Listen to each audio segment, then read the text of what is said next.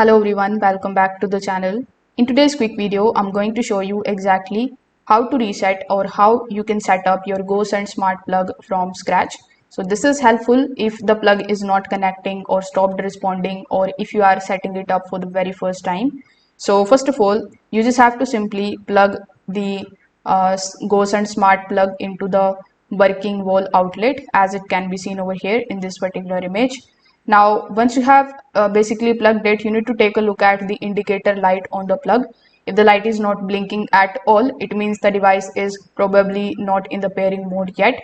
So most of the plugs use a blinking LED in order to show the setup status. The rapid blinking light usually means easy mode, while slow blinking means the AP mode.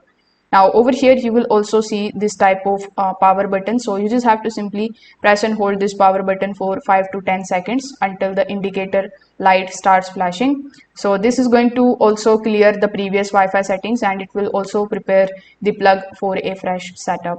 Now after doing so, you need to simply open the Gosund application, or you can also launch the Smart Life application if you want to add your plug inside that. Now over here you just have to tap on the option of plus icon, then tap on the option of add device. Now over here you will see the list of all of the smart plugs that you can basically add over here. So you need to simply choose your smart plug from the list. Afterwards you need to confirm, and then you just have to wait for some time until it is connecting successfully.